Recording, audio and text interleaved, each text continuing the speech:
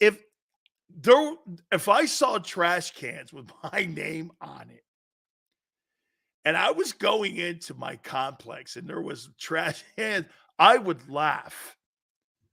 I would totally laugh. I would. That is brilliant. You got both. Wait a minute. You got both corners' names on trash barrels as you go into the NovaCare Center. Is freaking genius. Last week you had a guy with signs run the ball. Now you have trash cans with your corners. And here, get this. Like Tone says, you're 10-3 and you're putting trash cans out with corners' names on them. oh man, shit, that made my shoulder hurt. Oh my God. Wait a minute. You're 10-3 and you've named trash cans outside the NovaCare Center. Slay? No, am I right when it said no play Slay? And the other one had Bradbury on it. Oh, hey, today I'm going to show you what I did for the greatness of Philly Godfather at 5:30. Look, usually I write a couple notes down here and where I'm going to go. See this, what I did today? Here's my questions for Tone today. Look at it. Nothing. After a week of pain and coming around with a big game on Monday, could be the game for the NFC East. Let's bring our friend Tone in. Big Sales, how you doing, sir? How you feeling, man? I'm doing all right. I'm glad it's Friday, I'll tell you that. Feel good today? I feel good. I feel all right. I'm just glad it's Friday, man. Glad it's Friday. You see, the reason that you're feeling comfortable is because you don't have to get your shit all up in an uproar on Sunday, because you don't have to watch them and you get another day to kind of relax before you have to make yourself into a maniac on Monday. You know, man, I'm emotionally tapped out, so it's more so one of those things. I'm just watching the game like everybody else. Let me be a sports broadcaster psychologist on you for a second. Is it right? This week, you're kind of fed up with everything.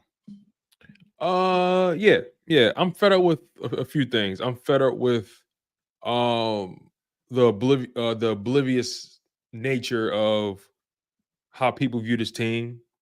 I'm fed up with the lack of accountability. I'm fed up with the inconsistencies with coaching and performance. You know, for me, I look at this team I try to look at them objectively, right? And of course, right, you know, when you're winning, life's easier that way. But when you lose the way you lost, not because you lost, when you lose the way you lost, when you couple that with who you lost to, and then you really and then you couple that with the way things have really been going all season, it makes you look at your team realistically and not passionately. And I'm always gonna love the Eagles. That's not gonna die. But I'm looking at them now as a team that they have a lot more to fix than we anticipated. So if they go 4-2 during this stretch here, is that going to be a comfortable 4-2 for you or an uncomfortable 4-2? I would say an uncomfortable 4-2. Because again, I want to add context to this. I had them going 4-2 in the stretch, right? So that would meet my expectations from that regard. But again, context matters. And what's the context of that 4-2? How did we get to that 4-2, right? And for me, those two losses are damning. They're damning. And they're a blemish. They're a scar.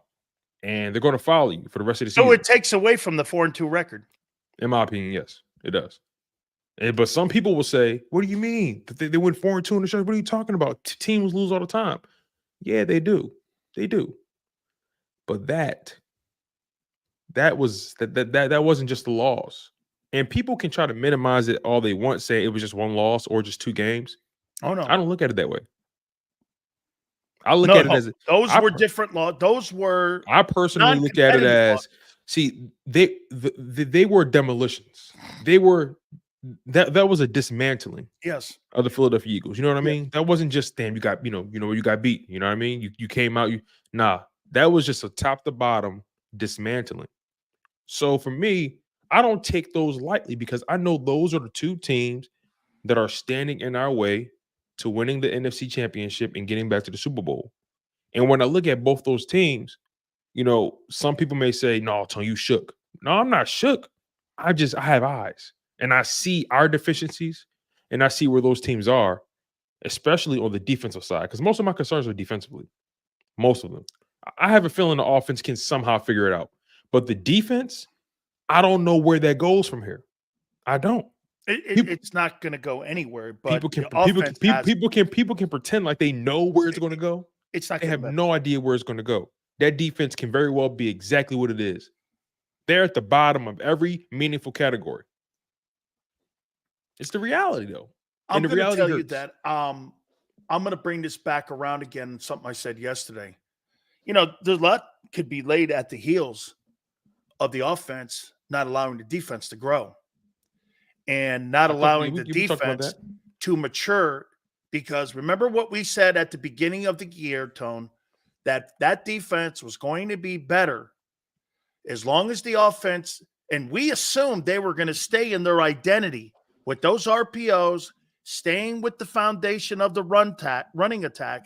Instead, they're pathetic on first down. They've been getting killed on first down this year, which means that stunts drives in series, which means you have 3 and outs.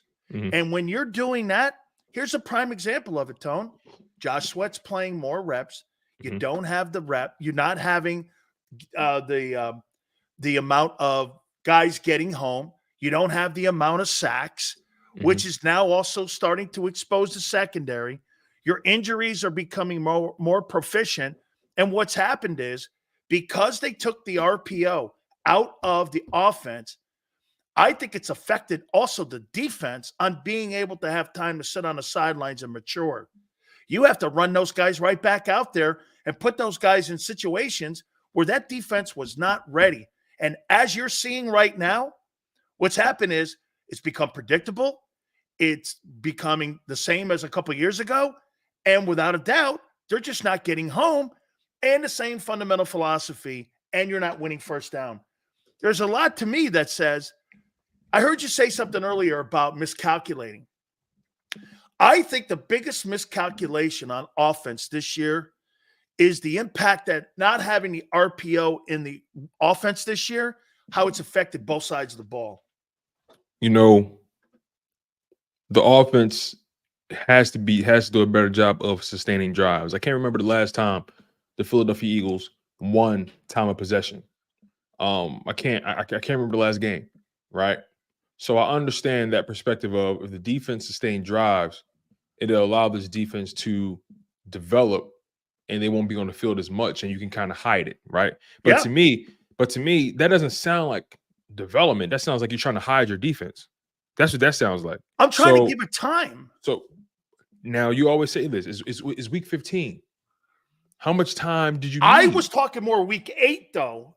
Okay. Right. I was talking week 8. It's too late now. Right. Exactly. So again, week 8 was the Washington matchup. Yeah.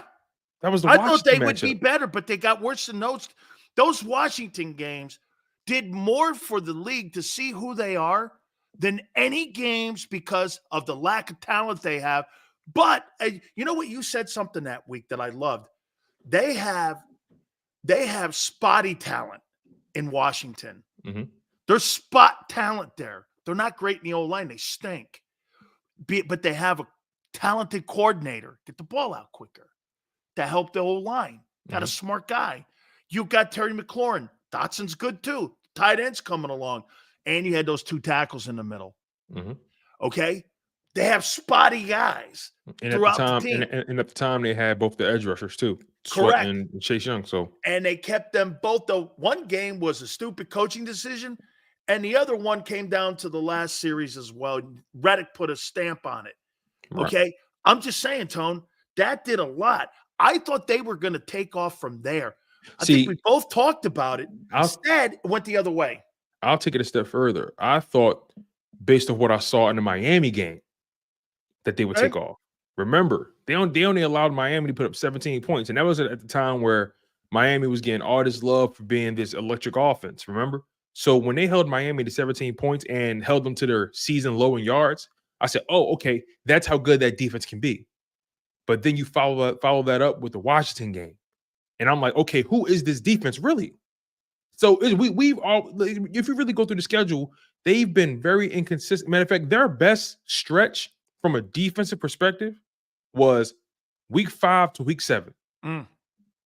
Rams, Jets, Miami. They held the Rams to 14 points, damn near no yards in the second half.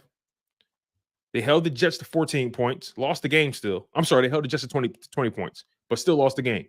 But they gave them a touchdown. They was really up. They was up 14-13, but they gave them the touchdown, thinking that their offense can, win the game on a drive. But nonetheless, they held the Jets to 20 points. Miami, they held them to 17 points. That was their best stretch defensively, and then they fell off a cliff after that. Yep. They even actually did an okay job. Okay, I understand Dak still got his yards in the Dallas game, but they were behind. But you held Dallas to 23 points. Not bad. Not bad. No, I'm good. I'm good. And then Kansas City, you hold them to 17 points. Granted, they have limitations, but you hold Patrick Mahomes and those boys and Travis Kelce to 17 points. Not bad. So they've been so inconsistent on the defensive side of the ball. And throughout that time, the one thing we were able to hang our hat on was at least they can stop the run.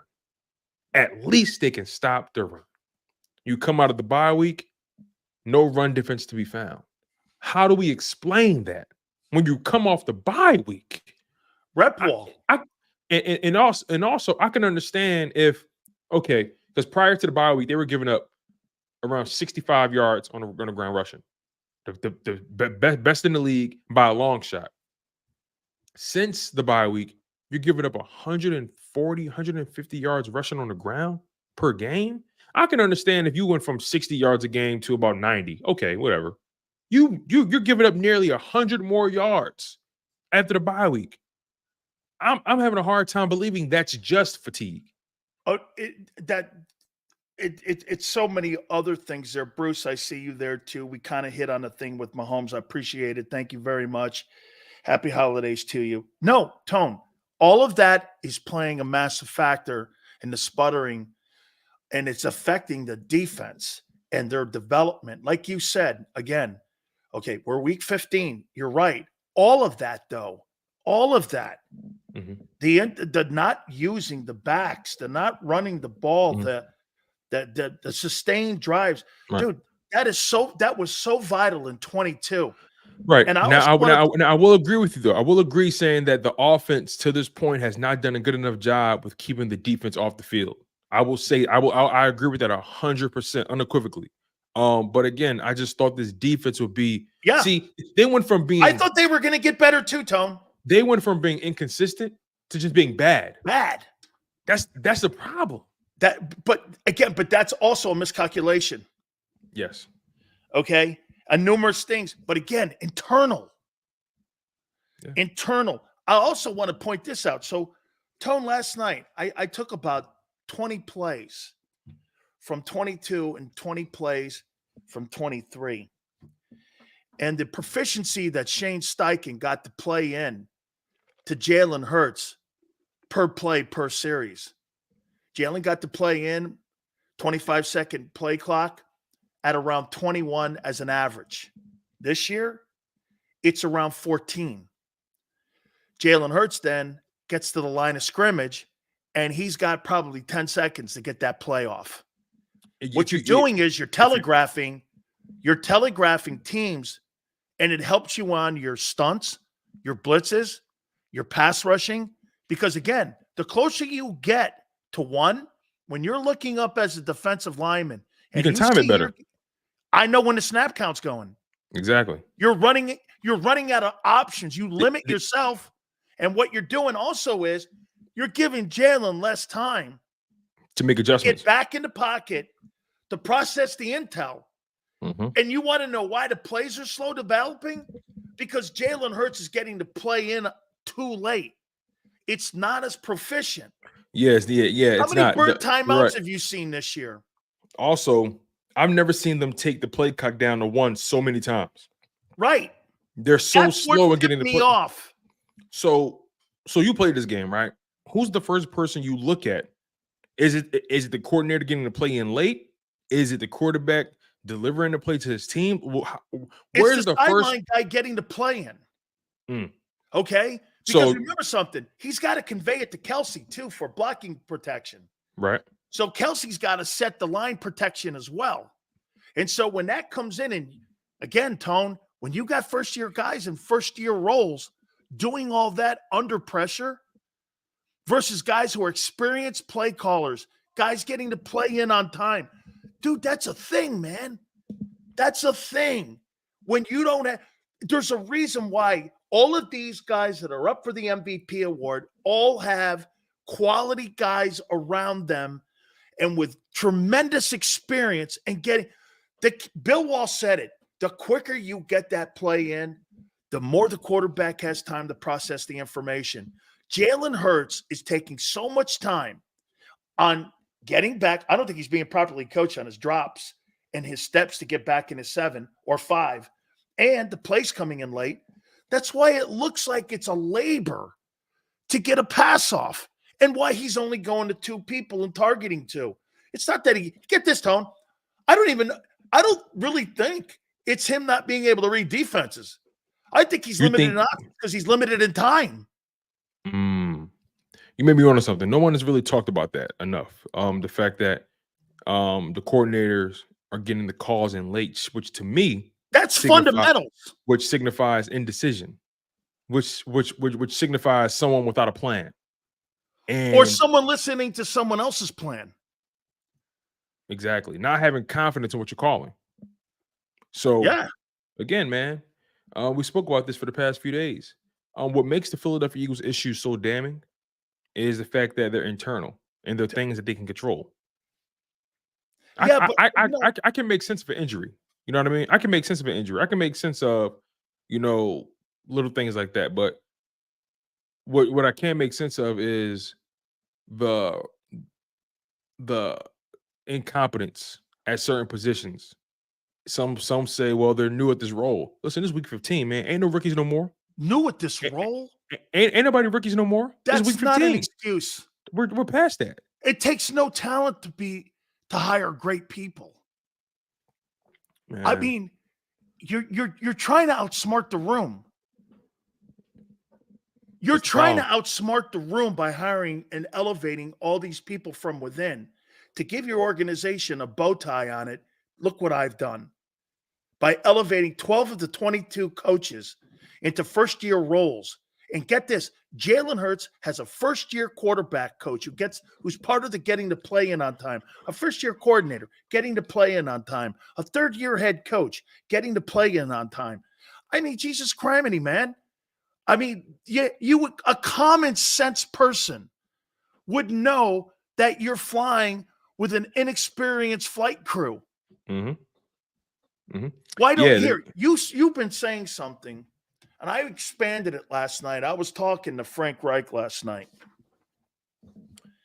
and I said this to Frank, and I go, my guy Tone says something. By the way, I know they watch the show now religiously, and I'm going to get to that here in a minute. You said something about self-scouting, about the team and self-scouting. I think they're failing. Take it further about self-evaluating. I think they've been failing at that. How about self-evaluating yourselves? Like not just your personnel and your techniques, but yourselves on being able to listen to other folks on something that's, hey, Tone, you know why they're not self-evaluating? You're doing the same shit every week. How can anybody in their right mind tell me that they're going to be better versus Seattle when we have been saying the same shit for week after week after week?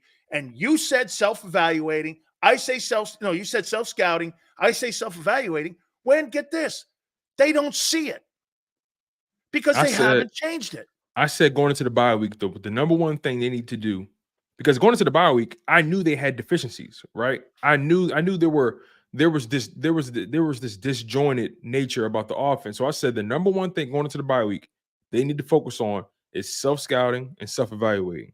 Looking at themselves in the mirror, playing battleship with their plays. You know what I'm saying? Like really, really digging deep as to what's been working, what's not been working, why hasn't it been working? What can I do to add a wrinkle to this? What can I do to tweak this a little bit? What can I do to keep things fresh, right? And still maintain who we are. They haven't done that. They haven't done, to me at least, they haven't done that. No. Right. And again, some people will say, well, look at the numbers, man. They're kind of on par for last year. No, they're not. They're not. Last year, they were a well-oiled machine. Right now, they look like a traveling salesman selling Tupperware. Man, I wish it's just I don't trust where they are right now. I wish I had Shane Steichen. I get this. I'm 100% wrong about him. John McMullen was right. He's a great play caller and designer. Yeah. I am wrong. Now look, right? Just to bring it full circle, because I know some people are going to cry. They're 10-3, and they have 4 games left. And yes, they can very well win the NFC East. Could they win the NFC? Maybe maybe the 49ers drop one. I think their road is better than, dude. You don't have a Ravens on the horizon. No, you're right. They got to play that team. No, you're right. He could win the MVP. Lamar Jackson beats the Niners. That's an MVP game for him. Yeah. I mean, I don't know what his odds are right now, but he's 4th. Okay, so again, to me, I guess when you think about strength of the remaining schedule, the Eagles do have the easier path. Yep. But how easy is it when your defense can't get to stop? Absolutely, the defensive deficiencies are an equalizer. If the Eagles were playing up to par, I wouldn't have any concerns about this remaining schedule. I'd be like, oh yeah, y'all, we good, but we're not good. So again, just so people don't jump out the window, we are 10-3, you guys. Now we're 10-3. To your point though, Tone, you go. Everyone's like this. Well, Seattle's got a mediocre, and we said it yesterday. They got a mediocre offense. Well, you got a less than mediocre defense, so that equalizes that. You have a better offense than their defense, but they got better coaching than you. So this ain't gonna be some push around come Monday, man. This gonna be a fourth. Hey, you agree this is a fourth quarter football game? Yes, it will be. And I don't think the Seattle Seahawks offense is mediocre. I don't.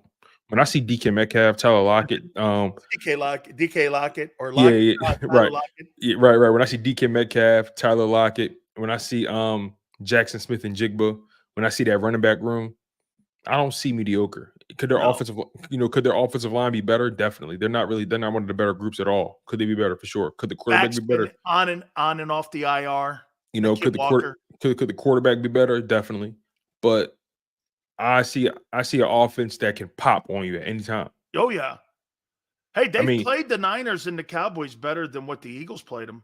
They almost beat the Cowboys. I watched that game from beginning to end. That offense can get you. You go into that game and underestimate that offense. Watch what happens. You get your ass kicked. Hey, I want to do this to you here. I want to play a little thing of charades. Tell me, who am I? Fuck. Hey, man, I don't know what you're talking about. I'm a superstar. I play great. Hey, everyone around me sucks. Hey, they're playing like shit, not me. I mean, I just want you to know. It's a jackal. It's a jackal. So hey, it's man, Darius. You know what? It's Personally, Darius. I don't think this is a time for jokes. If I was in that NovaCare Center. Those guys, hey, my teammates suck. I don't. What do you make of that attitude of Darius Slay? Did you hear me in the last segment of Sports Take? I didn't. It's sucker shit. That's corny.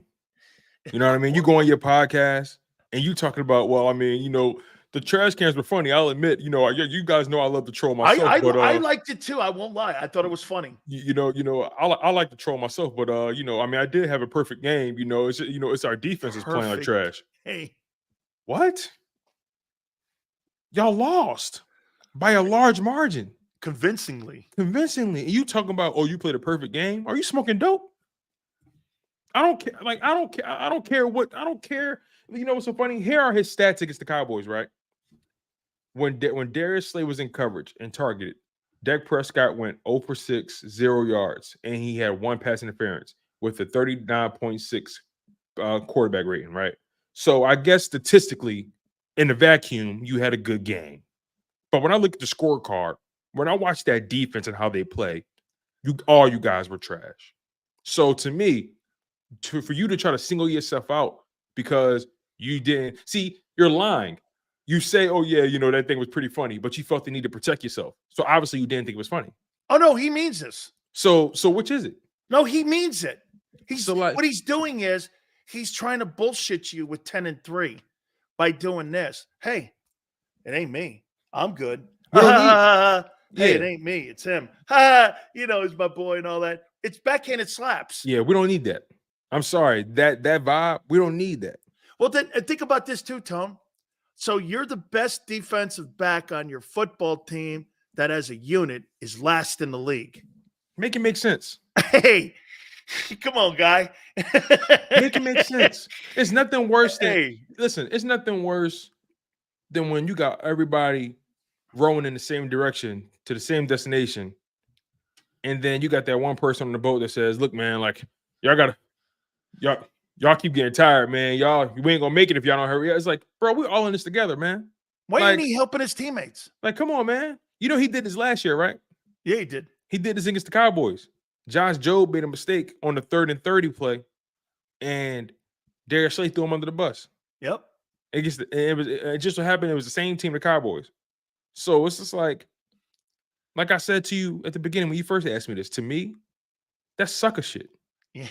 That's corny. That's weird. Him and T.O. Brown, baby. You got him. Listen, I'm all for player podcasts. Some of them are really good, but these podcasts got these players going crazy these days. These players in their platforms and all that. Listen, do your thing. Green. Listen, man, do you be creative? I love all that stuff. I'm being honest. I really do love all that stuff. Player empowerment, I'm with that. But when you throw your team under the bus just to make yourself look good, that's corny to me. And when you're getting blown out. It's not like the game was close and you got an interception. Like the Super Bowl. You forced a fumble. You know what I mean? Like it wasn't like you had to like it wasn't like you forced turnovers, had a pick six. You know what I mean? Like Jalen could have came out after the Super and went, man, played as hard as I could and as good as I could.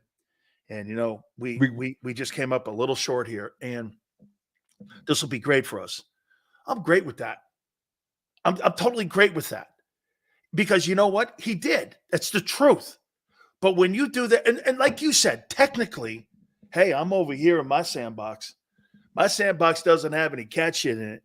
I got my own pail and shovel. I play in it, and I play with my bat and ball. And if you don't like it, I take my pail and shovel, and you don't play in my sandbox. It's like he's on an island, dude.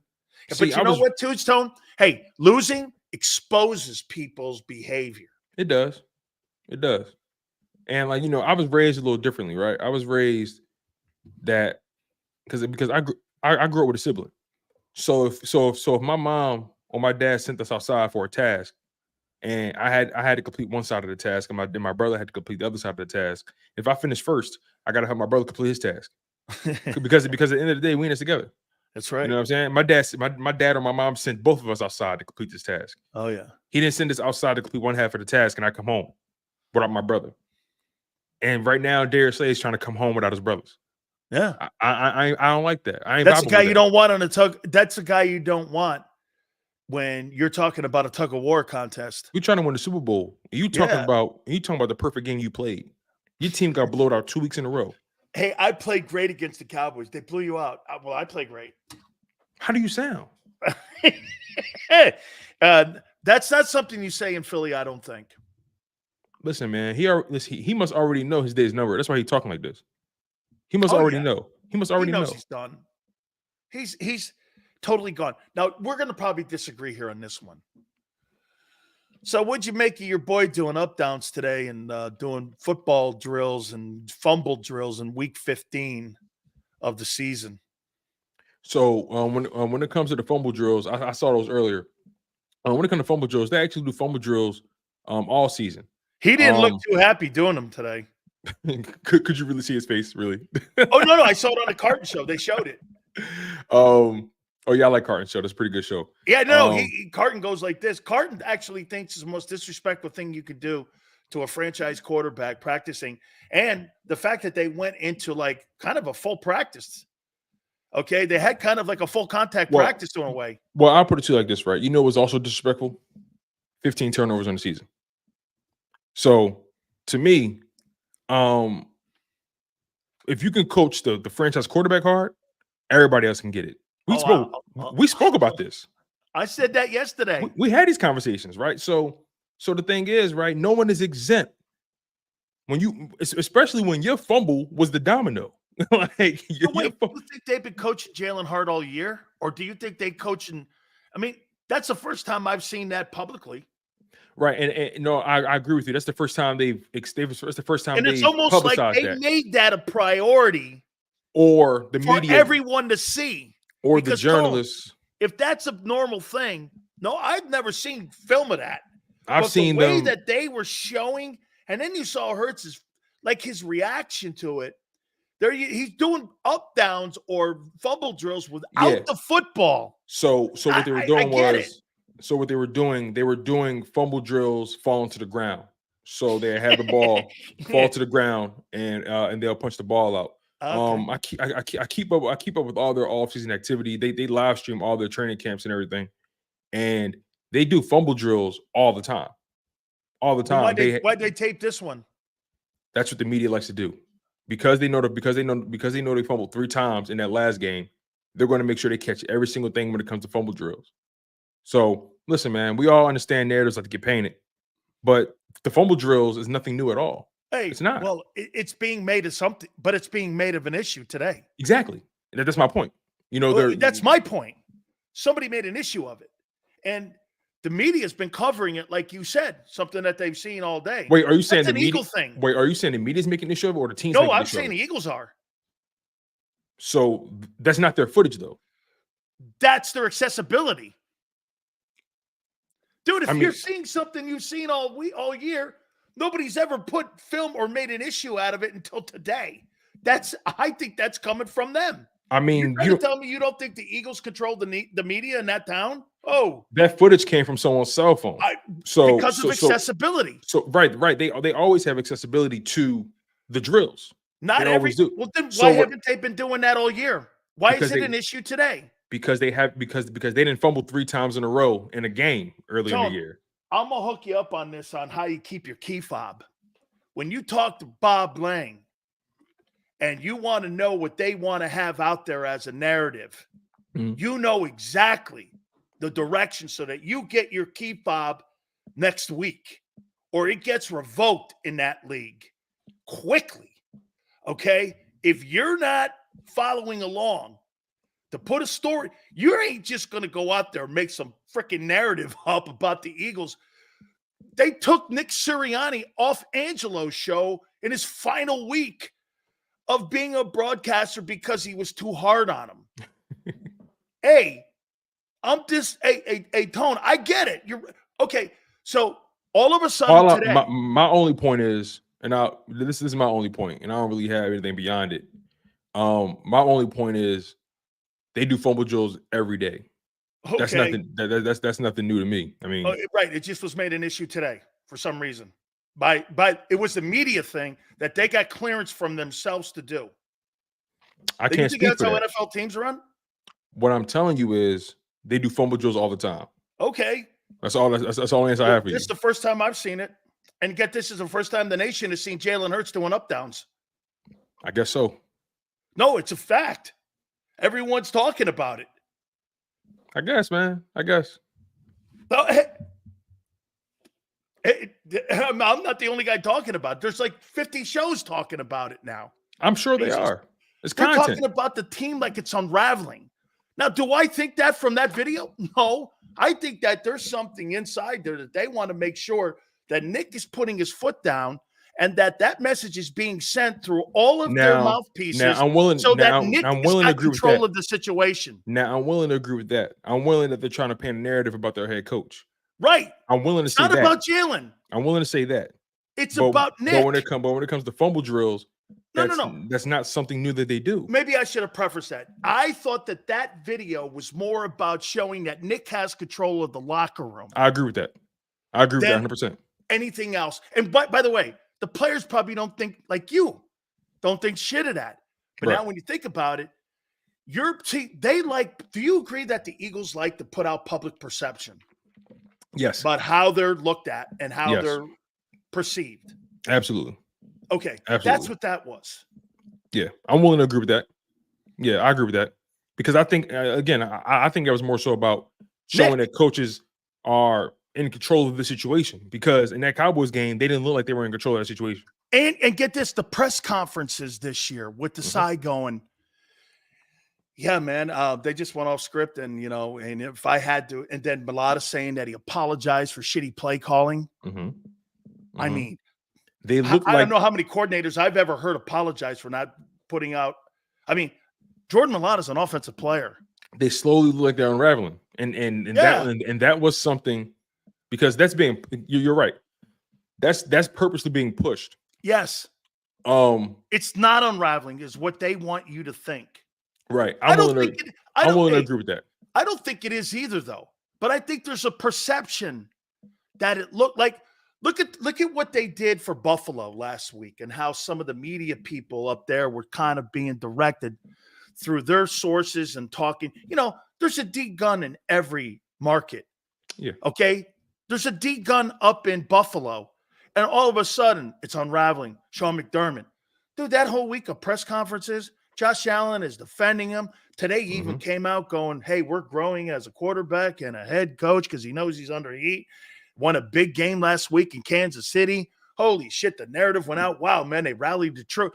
Narratives matter in this really league. A lot to do with perception because media people will take a video like that, Tone, and they'll spin it into any kind of web they wanted to as long as they know that because they know they're going to catch someone. Yeah, and narratives matter and content matters and content matters these days. So sometimes what these organizations don't realize, they think they're controlling the narrative when in reality they're actually fueling it. They're actually fueling the narrative. And this is the perfect example of an overreaction. Right. You know what I mean? Because like again, like I follow they live stream their training camps, like that drill, they like the coach having to punch the boxing gloves and punch. They do that all the time. I watched their training camp. Like, I've seen it. Like they've been doing this since 2021. But they went overboard with it today. I mean, it was like it's been pushed more than normal because again, like that last game, they fumbled 3 times, and and they didn't just fumble. Your 3 superstars fumbled. So now it's like it's a microscope. It's not their video. Say it again. To them, that's even better. It's not their video. Exactly. It's even better, Tone. Now look again. I think they're concerned about now. Here, let me ask you this: do you think the offense? No, do you think the defensive side is unraveling? With Slay saying and throwing a hey, here were your messages. If I had to say yes or no, I would say yeah, they are. How about this? Here were your messages today. I'm great. They suck. Nick's got a handle on the team. Are you ready for Seattle? I don't really care about that shit. I want to know, are you ready for Seattle? You're pushing this out. Slay saying this. You know what? Yeah, when you add the Slay stuff in there too, it definitely looks like unraveling. Now that video that we're talking about previously, the fumble drill video, it all starts to sound more like damage control. Let's put it to you that way. Yes. Like damage control. You know what? I wasn't taking a shot at Jalen. I'm taking a shot at the Eagle Public Relations Department because they're trying to push a narrative that Nick has his hand. I didn't think that Nick didn't have his handle on the team still. It's 2 games. We're not talking about 5 games here. Right. I mean, we're not talking about a team. Now, if you get beat by Seattle, we got big issues. Look, I get running into a wall and playing a team like the Cowboys and the 49ers. Some teams just get hot. We'll wait and see. Because I said this to you too, Tone. Here's the narratives I have on San Fran. Can you play with all your pieces on, not on the field? I don't know. Can Dallas win on the road? Can you win consistently against good teams? I don't know. And when I look at Philly, the enemy's within. Agreed. It's nobody on the schedule. That's why you have the least amount of resistance to get to where you want to go. Yeah. The fact of the matter is, I look at the Philadelphia Eagles as a team who's been getting in their own way all year. And, again, to put it all into perspective, as frustrating as I've grown with the product over the past couple of weeks, which has then shined a light on the overall product throughout the season that we've ignored because they've been winning.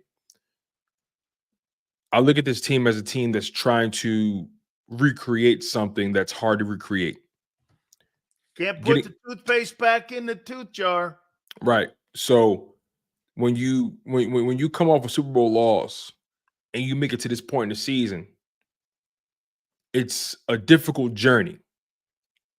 Granted, the job is far from done, and granted, you don't get any medals or you don't get any kudos for trying to make it back. At the end of the day, everybody trying to win it.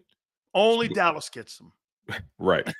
But the fact of the matter is, as frustrated as I've become, I try to put it in perspective that they're trying to accomplish something that many have not even come close to. So it makes it even more harder to accomplish, though, when your defense can't even get off the field on third down consistently.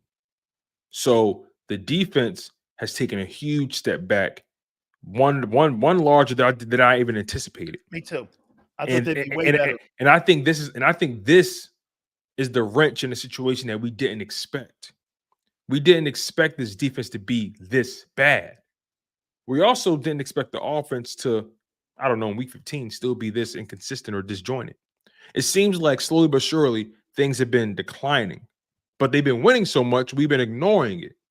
But now you go up against two teams who legitimately can win it all, and all your issues have been fully exposed and put on full display. So it was a punch in the mouth 2 times in back-to-back weeks. Now, can they find a way to turn this around against Seattle? I think they can, but going to Seattle, it's going to be a tough job. It's going to be a tough task to handle. How about this, man? This Seattle game, because it's a lesser talented football team, yet, let me see, is Seattle better coached than 49ers? I don't know. Probably a little bit, because I think Carroll's going to Hall of Fame. Is he better coached than McCarthy? I do think that. I'm going to say this, man. If I were them, I would have, you better be on your A game against this team on Sunday, because that is a very tough place to go up and win. They're good up there, man. Yeah. They're really good at home. And they play hard. He knows how to scheme you. They play hard. And they play hard. And get this, the rest of these games, Tone, Seattle, New York, Arizona is going to want to beat you. Then New York again. These are going to be those team Super Bowls. Mm-hmm. And they smell blood. So yeah, Philadelphia Eagles fans. I mean, I want the Eagles to win the Super Bowl as much as everybody, but at this rate, based on what I'm saying, on December 15th, until further notice, they on upset alert every week. Really? Even New York? Well, no, not Tommy DeVito. not Tommy DeVito. How about Kyler? You're paying that guy $46 million for a reason. That's an interesting game, in my opinion. They crushed the Cowboys. And here's the thing, right? Because it always go back to the damn defense. Last year, Sills, it's crazy. Like, as much as we talk about the offense, things always go back to that defense. It don't matter who you're playing. If your team can't get off the field on third down, we got a problem. Like, flat out. So this defense, man, it's finito. They're cooked, in my opinion. Let me tell you what you're going to get in the next 2 days before Monday. You're going to see these stoic pictures coming from NovaCare of Nick Sirianni like this. Like he's got this control. You're going to see him at a press conference talking about, we got this. our Well, guys. he better, because the way he looked in that Dallas game, man, he looked like he lost his binky. Like he looked Oh, like he's got more control over the press conference because he's got more help at the press conference than he is on the sideline. Listen, you said something yesterday that was pretty interesting, right? He looks like he's trying to win every press conference. He does, man. Because of how that first press conference went. And my Yep. thing is, bro, me personally, I don't care about your press conference, bro. Do you Hey, win or do you lose? I know I've been asked this question 10 times. I'll answer it for you because, that's what, and I'll probably be asked 10 more times. Hey, Nick, shut up. I don't care about that shit. Just answer the freaking question. Listen. You don't have to quantify it. Listen, I would even be okay with if he said, look, I answered that question 5 times. I'm not answering And then move on. Yeah, I would be okay with it. See, like he has no stones sometimes on his press conferences. like it's almost like he's afraid of being a dick. Do you like I would You think he's afraid of the Philly media? I think you said something interesting. I think he cares. I think they all care about how they look. Oh, you bet they do. That video is a prime example of it. The Slay comments. Hey, by the way, IP putting that on their website. I'm surprised it's still up. I'm surprised that the Eagles haven't called them and had that thing taken down. I mean it, man. For them to post that, you're the flagship of the Philadelphia Eagles. That might be a problem for Bob Lang and them dudes. One of the players going like this, hey, I'm good. The rest of the team sucks. Because it bleeds. Doesn't that feed D Gunn's narrative about unraveling and predictability and all that other stuff that Derek was saying?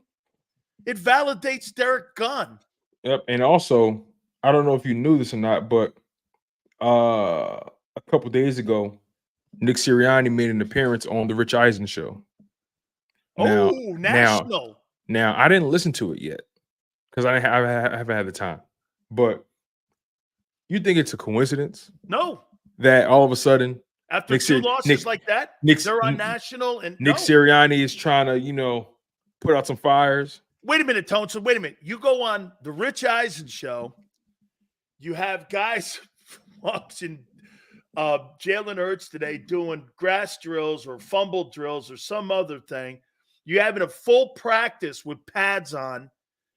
I mean, Slay saying, you tell me how many if fires you're not looking at a picture being painted so that you'll believe that they have everything under control. You see, here's the thing, right? As much as we love these teams and love the sport of football, what fans got to always remind themselves of, this is a business too. And businesses have PR departments. And businesses care about how they look to the media. Oh, completely. Businesses care about how their product is received and viewed by the consumer. So therefore, when certain companies have certain products that are failing or that are on recall, you know what they do? They send out one of the CEOs to go talk nationally, or to kind of play damage control, or put out a few fires. Hey, everything's fine over here. Talk about some things that are light. You know what I mean? Talk about some fun things. Do me a favor. Go over to John Clark's Twitter page because Brother Hannibal said, check out Sirianni's quote on John Clark's tweet about the offense. Oh my God, dude. I told you. Get this. Hey, Tone, you're right. They probably do fumble drills all the time. But the way it was presented today and the way everything's been presented, the Rich Eisen show, hey, don't worry about Derek Gunn's comments. All of that stuff. Wow, this is a long quote. Let's read it together, Big Seals. Let's go through it together. This is a long quote here. So what I'm going to do, I'm going to zoom in on this as much as possible. Okay. And stuff from the top. I'll read it for us. Okay, go ahead. So this is Nick Sirianni in his recent answering John Clark of NBC Sports. He says, I get it. There's going to be scrutiny when we're not playing and coaching well enough, because that's the case right now. We're not coaching well enough. We're not playing well enough. But motions, there are many different ways you would motion. Sometimes it's to gather information. Sometimes it's to set up an advantage, whatever it could be. There are other ways to gather information besides motion that teams do all the time. That's something that we do. It could be by any formation. Just because a guy moves doesn't necessarily give you the answer. It could be if a guy is removed from the core it can give you the answer. If a guy is tight to the core, it gives you an answer. This formation can give you an answer. We spend an obscene amount of time trying to find answers for the quarterback and for our offense of what the defense is based off different looks. Now, sometimes the answer is to motion. And so there are some games where we motion more than we don't. It's a fair question because we do it less than everybody in the NFL. I would say that these last 2 games have not been up to our standard. But for the past 2 years, we have been one of the best offenses in the NFL. And we've been in the same place with motion the entire time. I 100% understand the scrutiny of it, and you have to ask that question. I appreciate the question, but that's where our philosophy is on it. I know in 3 months, I might have to answer this question again, and I have no problem with that. Without giving too much information, that's my philosophy on it and why you see us a little bit less down there. But I guess what I'm saying at the whole scheme of this is you can get answers without movement. Jesus Christ, this is like a thesis. Wow. I mean, this guy just wrote a thesis. You know what? Instead of answering a question simply, this guy has to over-explain his incompetence. You know what bothers me the most about this? The more you answer a question like that, the more I'm not confident. Here's the thing, right? It's not even the motion, right? It's the fact that when you were asked something about the micro, you immediately went to the macro because you can fall back on that. Yeah. The fact of the matter is, we were good last year. You're talking about your resume. Nobody asking about your resume, dog. Because if you ask any one of these, listen, I've asked Dave Zangaro, I've asked John McMullen. These guys have key fobs. I've asked them directly. Do you guys think? To ask them directly. Do you think this offense has evolved from 2021 to now? They both said no. So, is your theory holding up, Nick? That maybe you shouldn't add more motion?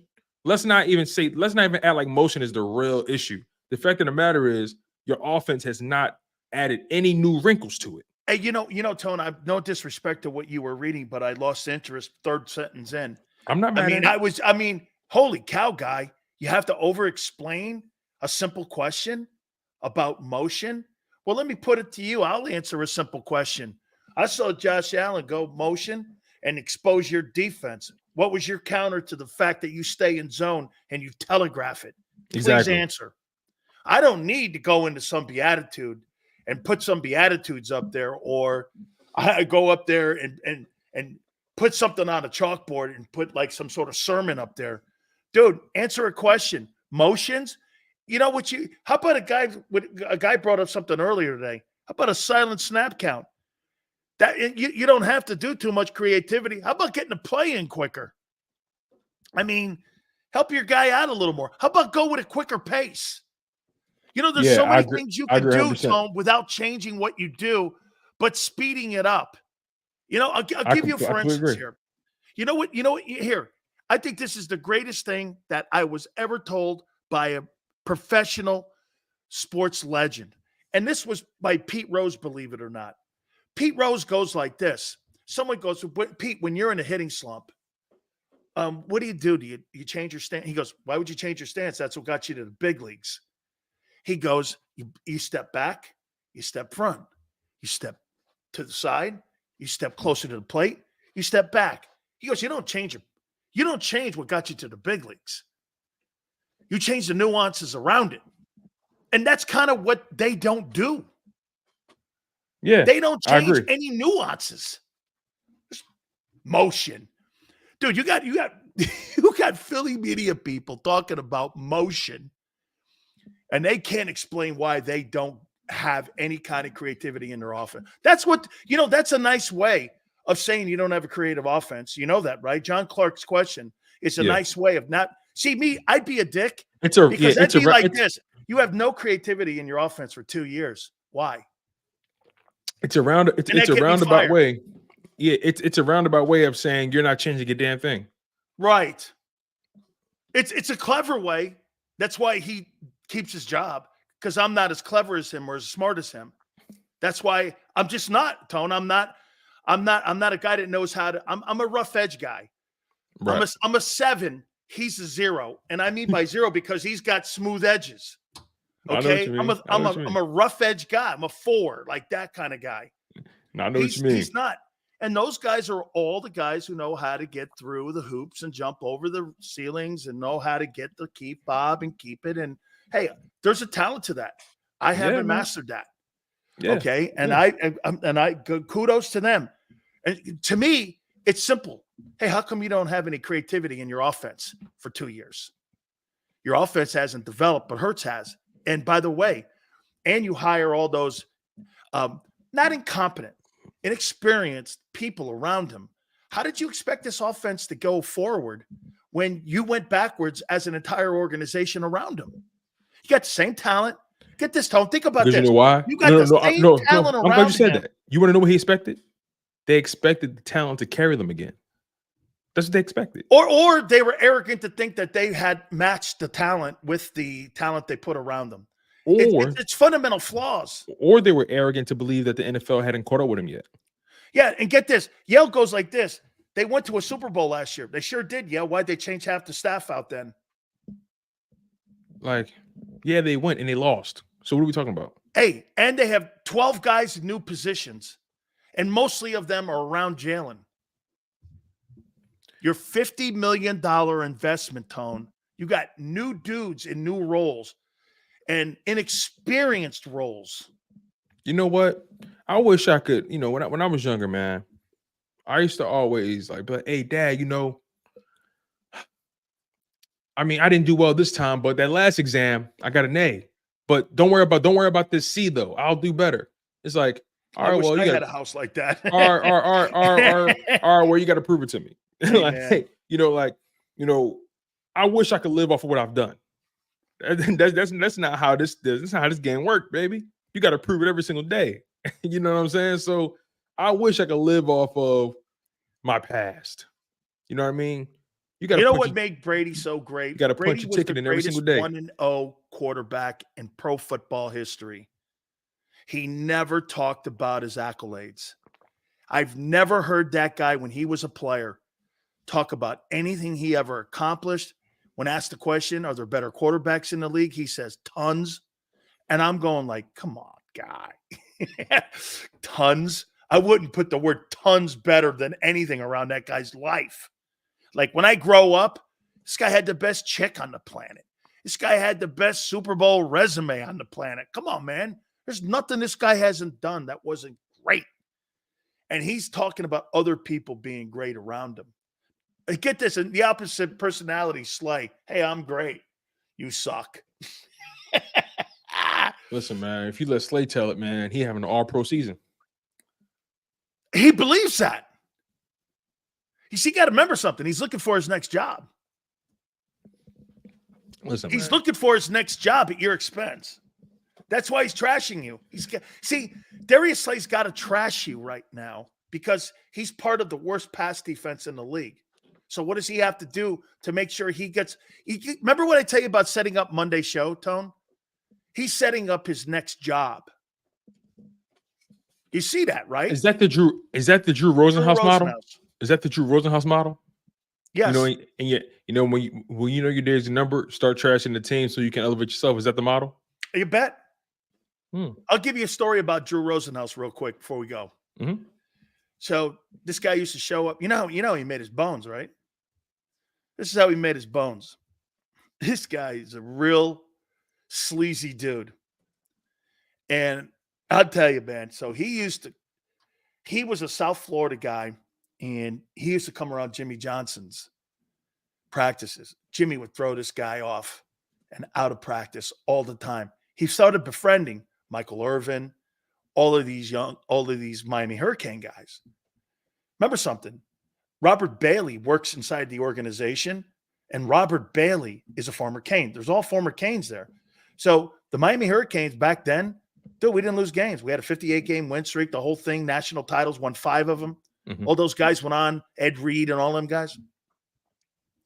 Jimmy used to throw that guy. He showed up one day.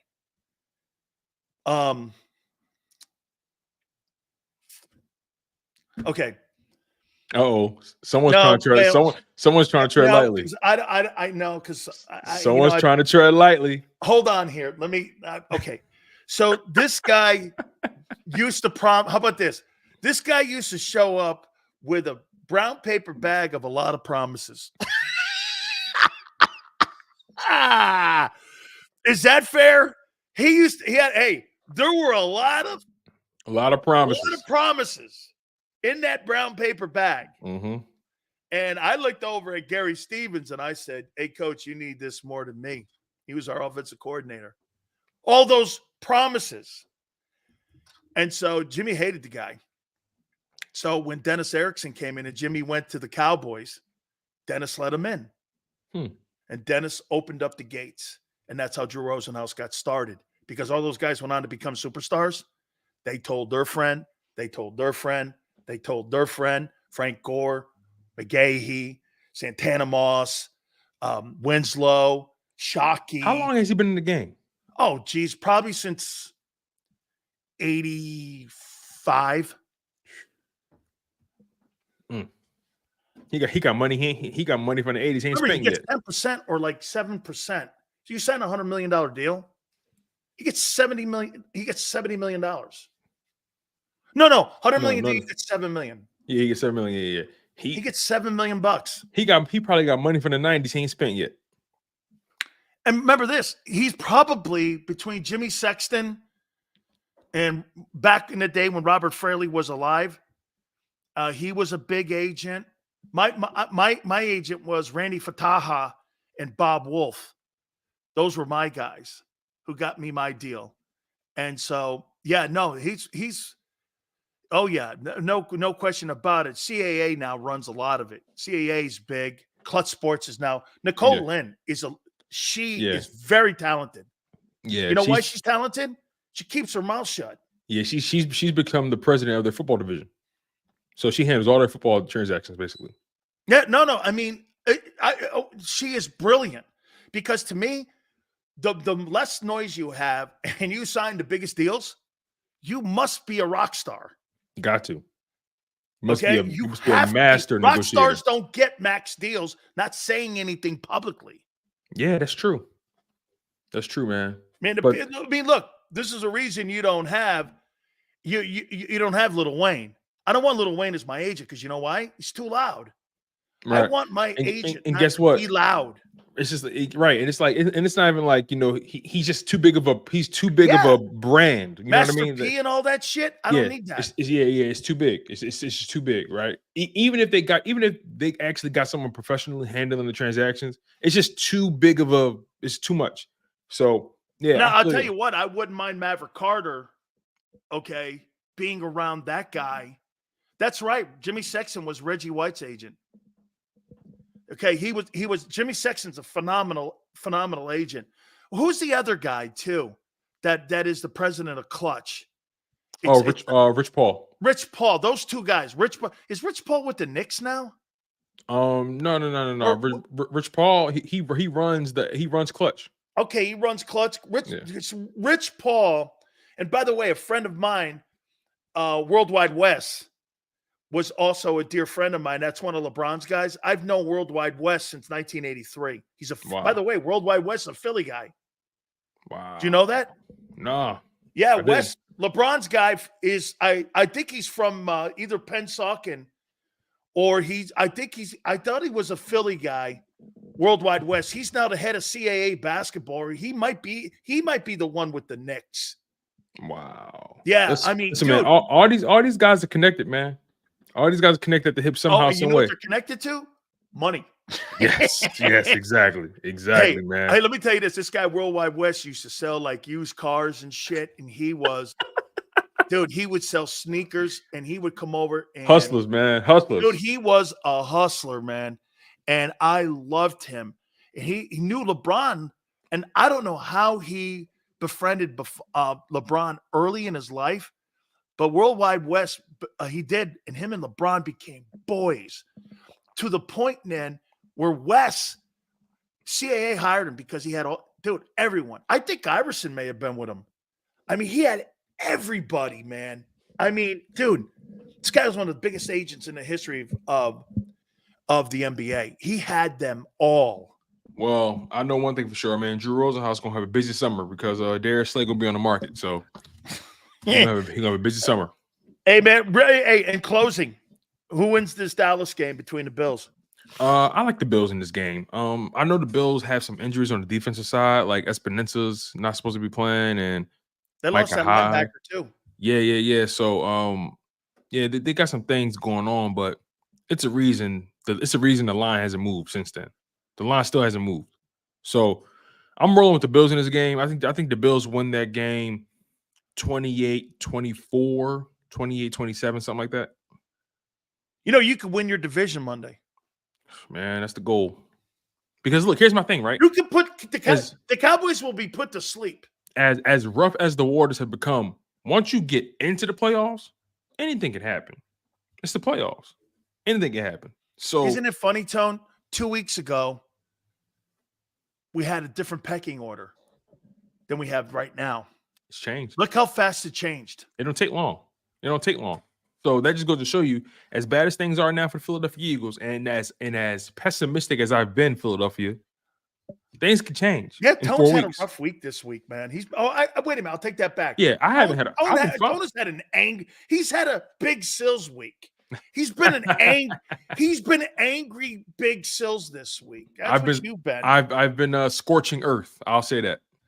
Oh, I love that. That's right, man. Tone's burning every goddamn thing behind him. We're pulling forward, and we ain't going back. That's right? That's how I look at it, man. That's what they did back in the day. Columbus burned the boats saying this, man. We're not going back. Burn the boats. We're here. Tone, great stuff, man. I appreciate it. Yes, sir, man. We'll talk soon. You got it. That is our friend Tone. Don't forget to catch him on Sports Take with Rob each and every single day before our program. We appreciate it. Hey, by the way, don't forget, too, great time of the year during this holiday time when you go to Hooters, especially for Sunday football, Saturday football this week, plus the bowl games are starting. Hooters bonus bucks are back. Santa bucks are here.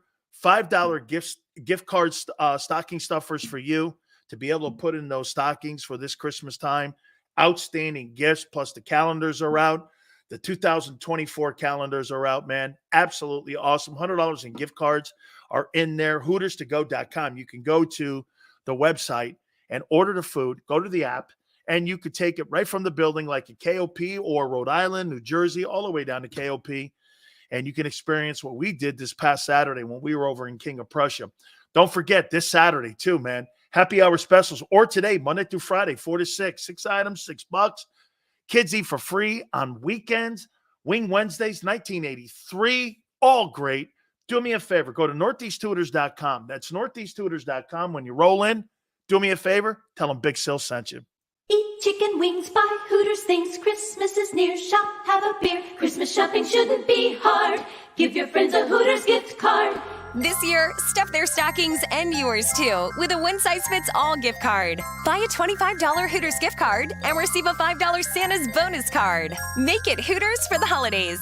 Eat chicken wings, buy Hooters things. Christmas is near. Gift cards are here. Good at Hooters everywhere now. Hooters gifts are always favored.